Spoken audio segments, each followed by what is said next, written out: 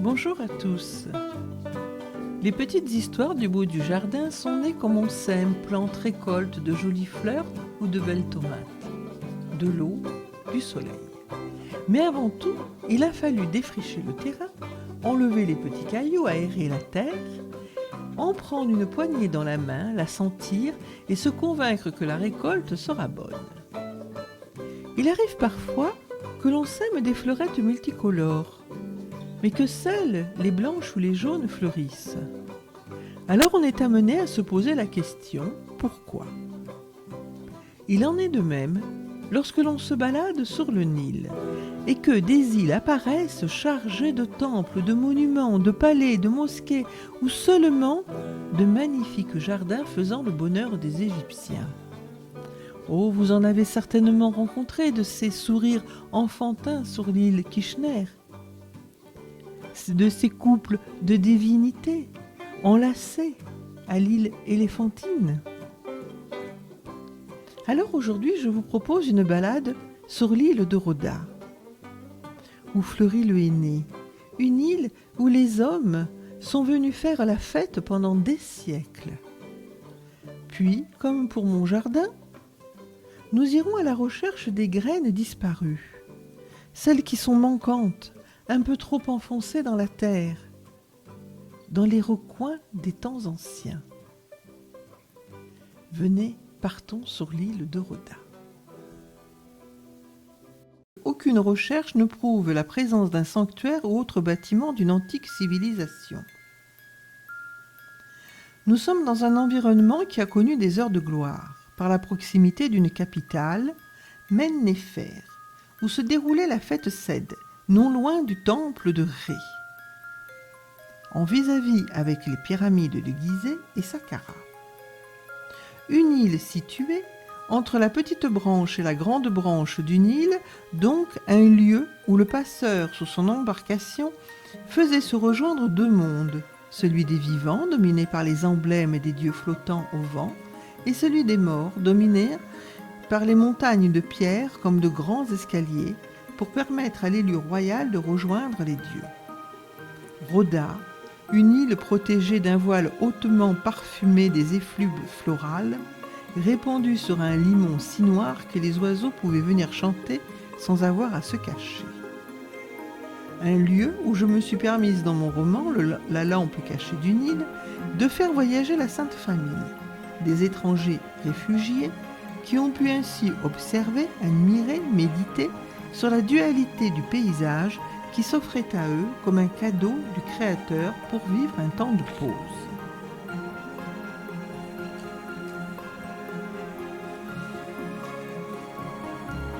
Pour comprendre toute la subtilité de cette île, il nous faudra rencontrer des hommes qui ont par leur écrit fait preuve de modernité en relatant des événements dont on pourrait commencer le récit par « il y a bien longtemps dans un pays lointain ». Mais nous ne pourrions pas commencer notre récit par « il était une fois », car on s'apercevrait très vite que l'histoire n'a fait que se répéter sur plusieurs millénaires. En Égypte, il faut remonter la grande horloge, car le temps n'est plus qu'une notion de continuité, si chère au cœur des Égyptiens. Même si vous vous dites « on prend les mêmes et on recommence », eh bien oui, c'est un peu cela. Les hommes, les époques ont changé, mais dans le fond, la réalité est la même.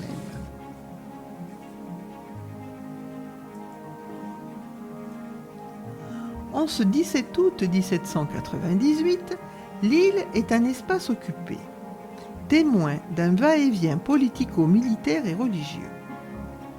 Position stratégique entre le siège du gouvernement établi dans la citadelle du Caire et l'accès à Gizeh par le pont après la bataille des pyramides par le général Menou.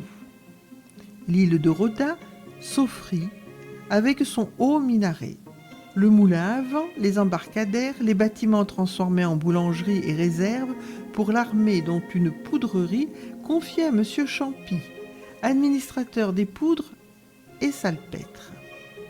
Une herbe grasse pour y planter les tentes, la ferme de Ibrahim Bey, transformée en poste militaire. Voici les Français installés pour 2 années sur l'île aux fleurs. Alors, lorsque le crieur annonça la montée des eaux, l'île où flottait l'emblème français se prépara à accueillir comme il se doit sa majesté égyptienne et sa cour, ainsi qu'un peuple qui réclamait sa fête. La grande cérémonie de l'ouverture du bassin du Mékias, dont les détails ont fait l'objet d'un procès-verbal écrit par Jean-Jacques Marcel, qui sera publié dans le journal officiel que l'on peut retrouver dans la description d'Égypte. Ce compte rendu nomme, avec leur titulature, tous les hauts représentants présents sur l'île, dont le général Duguia, commandant et gouverneur de la ville du Caire l'a bien gardé, venu assister dès l'aube à l'ouverture du bassin qui va permettre à l'eau de se faufiler dans le canal El Hakemi. La première annonce concerne la hauteur du nilomètre, 16 coudées et 7 doigts, puis la rupture de la digue et enfin, le plus important, les conséquences qui vont en découler, c'est-à-dire le montant des taxes à payer. Ainsi, les honorables cheikhs, les illustres émirs, les fameux gens de plume sont les témoins des grâces accordées par le Créateur et de ce fait, celui qui gouverne est en droit de demander son dû en récolte, taxes, impôts pour la Mecque et les lieux saints. C'est un droit légitime. Il faut dire que les gens étaient impatients de célébrer cette belle fête de la rupture de la digue. Chaque jour, depuis la montée des eaux, le cheikh responsable du Mékias de Roda envoie par toute la ville du Caire des annonceurs pour rendre compte et commenter le niveau des eaux. Chaque jour, un enregistrement est écrit et recopié en plusieurs exemplaires, dont l'un sera conservé par le cheikh et les autres par les administrations de la justice et du palais. L'entretien du nilomètre est pris sur les impôts des particuliers. Sous les Fatimides, le cheikh recevait 50 dinars par an. Pendant longtemps, ce fut les Grecs et les Coptes qui furent en charge de l'entretien. Puis, en 861, un muezzin, appelé aussi crieur sacré, sera responsable. Le premier arriva de Bagdad pour 2 dinars par mois, pour une charge qui reviendra de droit à ses héritiers.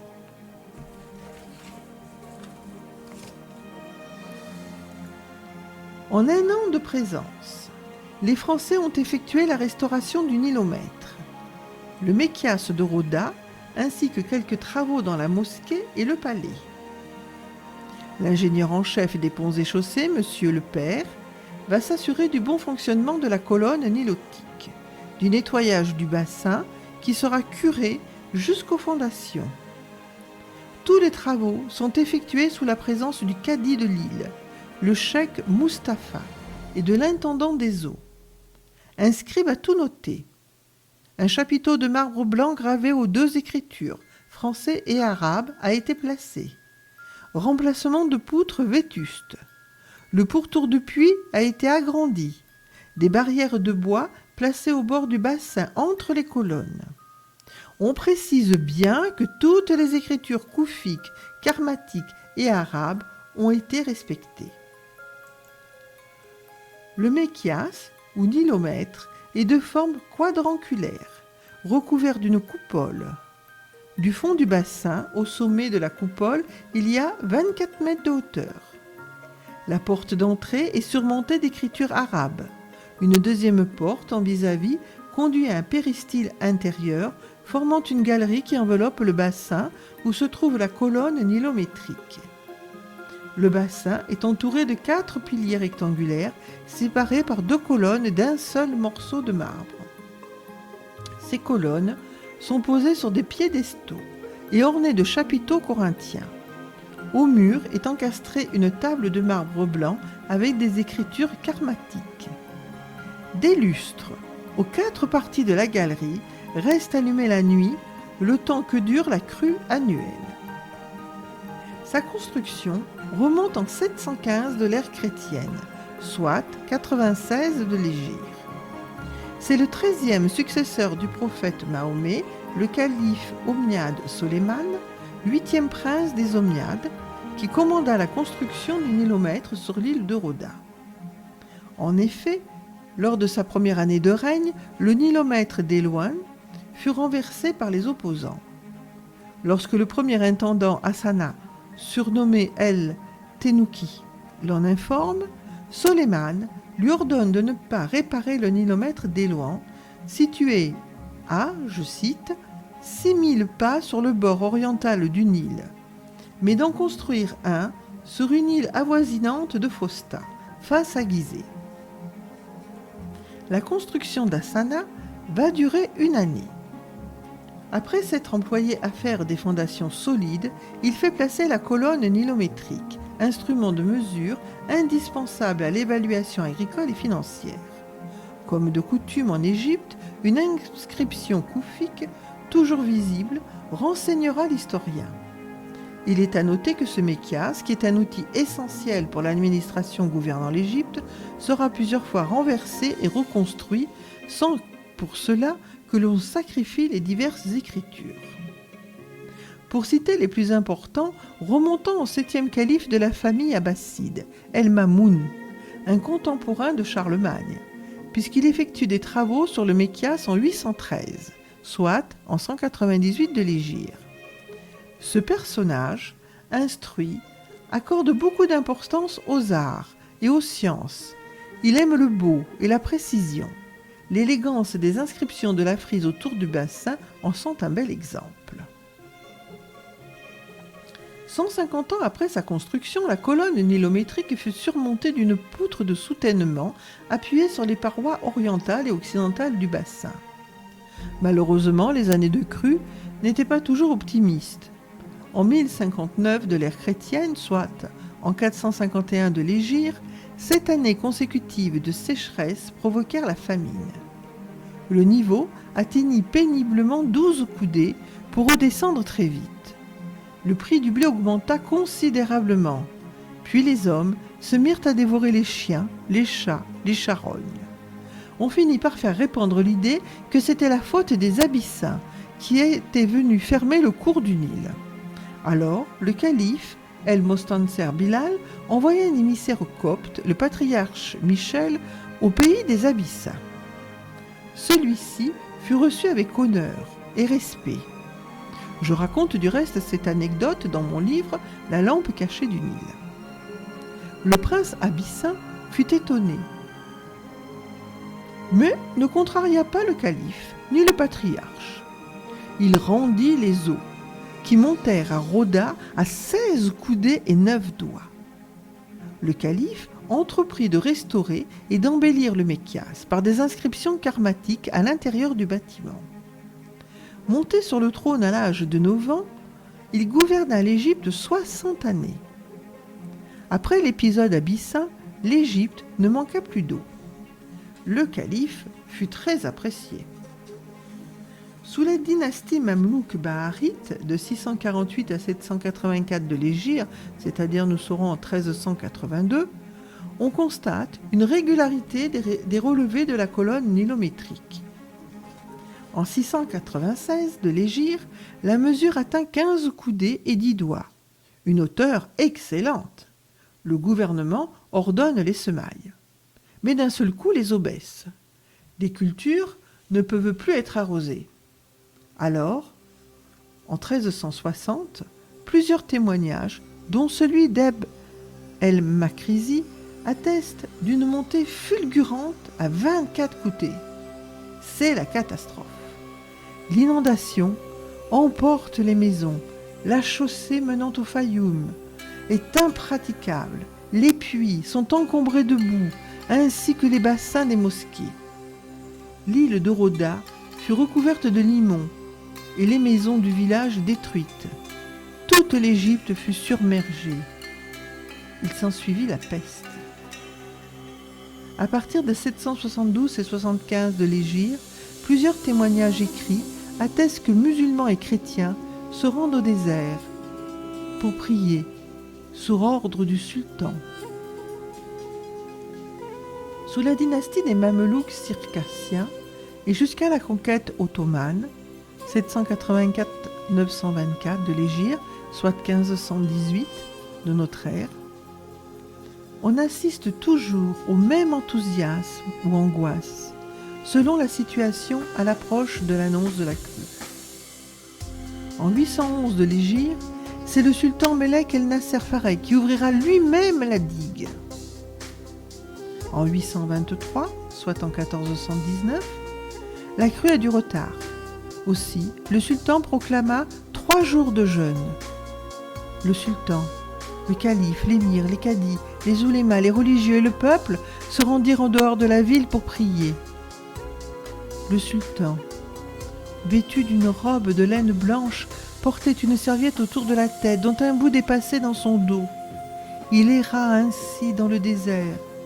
Puis il se prosterna sur le sable sans permettre que l'on y déposât un tapis et versa des larmes en suppliant le Très-Haut d'exaucer à sa demande, pendant que le cadi El-Koda, c'est-à-dire le juge des juges, fit le khotba, c'est-à-dire la prédication pour obtenir de l'eau.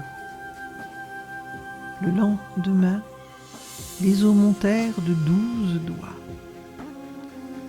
L'année suivante, à l'approche de la date de la montée des eaux, le sultan monta dans une barque et récita des prières. Plus tard, en 854, faute de voir les eaux ne pas monter, le sultan a peur que le peuple se soulève. Aussi, il fait enfermer les réserves de blé sous bonne garde. Pris de panique, il refuse de se rendre au désert, où une chaire a été installée. C'est le chef des cadis, Ménanouit, qui prendra sa place. Cependant, montant sur l'estrade, son manteau tombe au sol, signe de mauvais augure. Et l'histoire se répéta. En 866, le sultan Eldaker Kokashkadam ordonna la destruction du Mékas de Roda, afin que le peuple cesse de gémir. Il estima que le peuple ne devait pas avoir la connaissance de l'accroissement ou de la diminution du Nil. L'ambiance n'était pas toujours à la fête. En 870 de l'Hégire, le capitaine des gardes et valets se rendit sur l'île pour faire battre à coups de fouet les bateleurs et les villageois. Après ces moments de terreur, le Nil monta. En 904 de l'Hégire, soit en 1498, le sultan Melek El Nasser désira ouvrir lui-même la digue pour renouer avec les traditions. Mais les émirs lui interdirent de sortir du palais du Caire, de peur qu'il se fasse assassiner. Peiné, le sultan sortit discrètement, après la prière du soir, accompagné de serviteurs munis de torches. Il se rendit à la digue du Mékias, il ouvrit avec la houe, puis retourna au château. Au petit matin, lorsque les habitants s'aperçurent de la présence de l'eau dans les canaux, ils en furent très contrariés, car ils estimèrent que le sultan leur avait pris leur fête. Cette cérémonie tant attendue, qui réunissait toujours musulmans et chrétiens une fois par an. Le pauvre sultan n'osa plus sortir de son château et mourut quelques jours plus tard. Sous le sultan ottoman, de 924 à 1213 de l'Hégire, Sélim fit renforcer le Mékas. Son fils, Soleiman Ier, et son petit-fils, Soleiman II, organiseront les institutions financières et administratives de l'Égypte, telles que les Français les trouveront sous Napoléon. On entretient tous les Mékas d'Égypte, où la crue apporte son lot de bonheur ou de malheur. Les textes ne font plus allusion aux sorties au désert avec les jours de jeûne. Les baies ne font plus de rapport d'entretien. On a l'impression que le Mékas est passé du monument indispensable à un bâtiment ordinaire. L'île, qui ressemble à un haricot plat, est entourée d'une allée de sycomores qui part d'un moulin à vent et conduit à un petit village méridional. L'allée s'arrête à un jardin planté d'orangers, de palmiers, quadrillant des plantations de hennés. Le jardin du Mékias se termine sur une cour qui donne sur le palais du sultan Neguem-Eldin, sous lequel passent 2 aqueducs souterrains qui partent du bassin du Mékias vers la digue.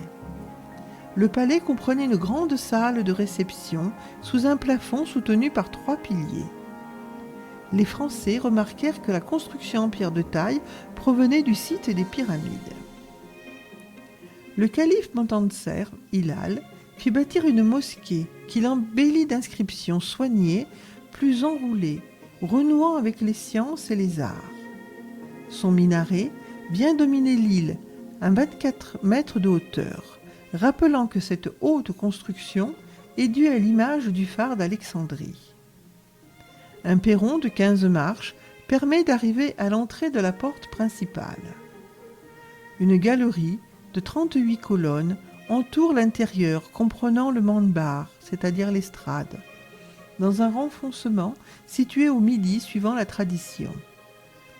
En sortant de la mosquée, une porte conduit à un escalier de 18 marches, menant au bras principal du Nil, face à Gizeh, qui sert de mesure à la montée des eaux au peuple, qui n'a pas le droit de pénétrer dans le Mékias. C'est en ce lieu que le poète Abou Gaffar el-Nahas fut tué. Il était en train de composer des vers, lorsqu'un inconnu crut qu'il récitait une incantation magique pour empêcher la montée des eaux. L'homme bouscula le poète qui tomba à l'eau et se noya. Qui n'aurait pas connu la peur par le manque d'eau ou le surplus d'eau? L'Égypte a gardé le goût pour la fête comme un dû à celui qui, dans l'ombre, lui a permis de devenir une grande civilisation.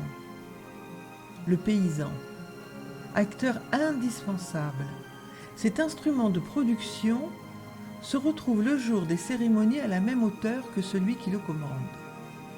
Il devient par la magie du Nil une substance providentielle, autant visible que celle de l'emblème.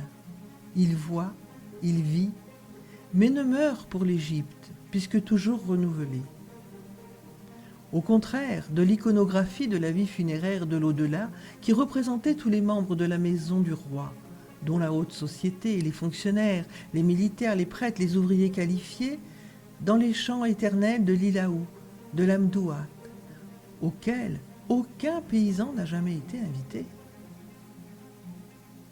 Voici aujourd'hui que la cérémonie de l'ouverture des bassins accueille peuple et roi, sans couronne ni armes, seulement une houe pour nourrir et creuser, et que sont dites des paroles de satisfaction politico-religieuse, pour que résonnent dans tout le pays les battements du cœur de Semantaoui, la balance des 2 terres, celle qui se doit de transporter la fertilité et la joie de vivre. Le roi s'unit au peuple sous le regard des dieux pour ouvrir la digue, afin que les canaux se remplissent de cette eau vive devenue l'élan commun qui les mènera vers leur destin. L'imagination liée aux traditions entraîne le peuple à participer à la sagesse ancestrale dans cette continuité historique où même les étrangers ont trouvé leur place lors des cérémonies sur terre et sur les eaux du Nil. L'Égypte, le pays où domine l'unité. Si nous désirons pénétrer le mystère, remontons encore un peu le temps. Retrouvez les histoires du bout du jardin pour la 2e partie de Balades sur le Nil. À très bientôt et merci pour votre écoute.